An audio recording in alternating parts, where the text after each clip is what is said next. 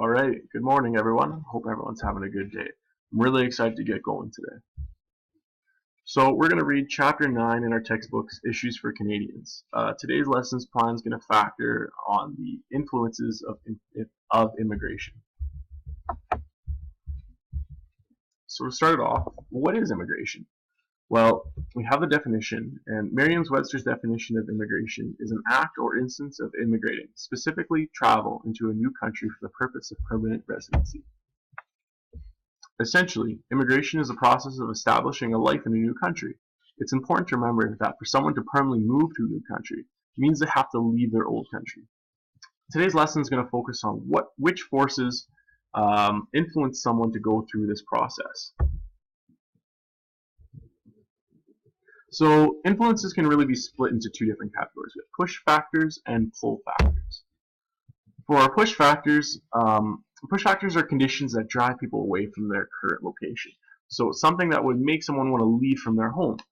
To really analyze this, we're going to have an assignment we're going to split into 3 points. We have what do you know, what do you want to know, and what did you learn?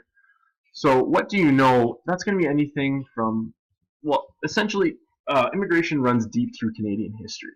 Whether you're an immigrant or not, there's a good chance that you may know someone either in your family who immigrated at one point in their life, or maybe your friends have immigrated, or maybe your friend's family. Either way, there's probably a good chance that you've heard some sort of immigration story. So in this section, we're going to write about why someone may have left their home country. What are some past stories maybe you've heard, or anything that could really help explain why you think someone would want to leave their home country.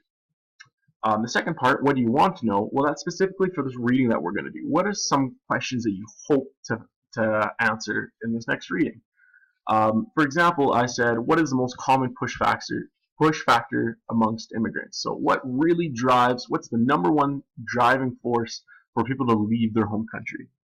So I want you guys to pause the video and think about maybe 3 to 4 points for both of these sections each. And after that, read the article, and hopefully you can find some answers for section 2, or question 2 there.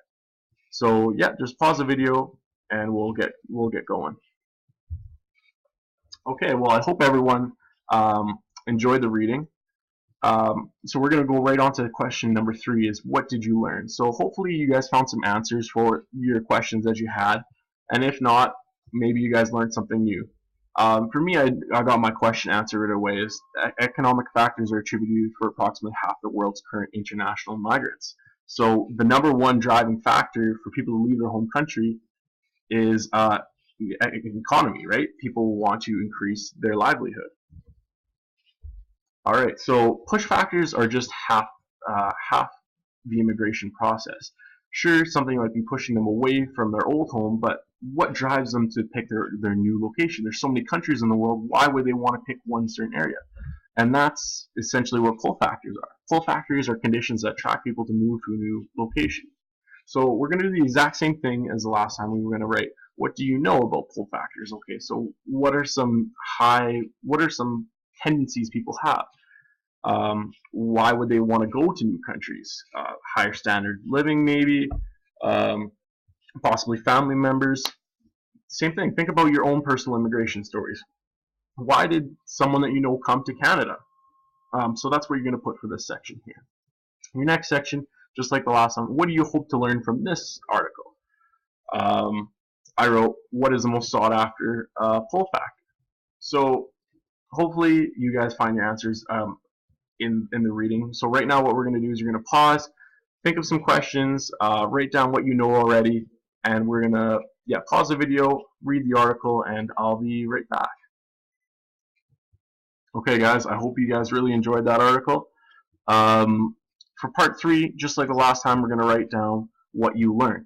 So from the article, I learned that the higher standard of living is usually the most common sought after pull factor. So out of every other option, the number one reason, well, not generally the number one reason, it's different for everyone. Everyone has their own personal immigration story, but a general consensus is people want to increase their standard of living.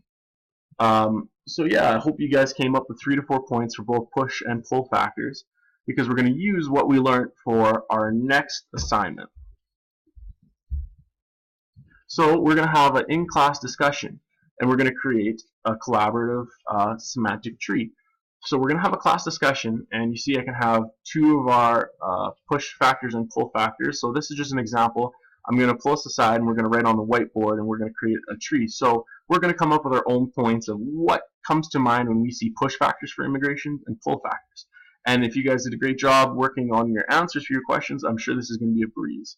So we're going to stop looking at this PowerPoint, and we'll work on it as a class. And hopefully everyone has something unique, either their own story or something they really would like to share about immigration in this class discussion, and I hope it's going to be really great. So we're going to be done with this video for a little bit. We'll work on this outside on the whiteboard. In conclusion, thanks you guys. We had some really great points. Lots of people talked about economics. Lots of people talked about family ties.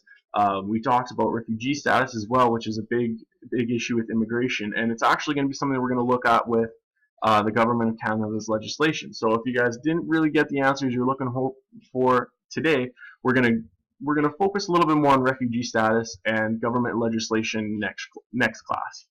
So thanks for really paying attention today, guys. If you want to learn some more, there's some more links. These are the readings that we did today, but there's definitely more links on there that you can find out some more information that you would like. Yeah, great job, and I'm really looking forward to next class. Thanks, everybody. Have a good one.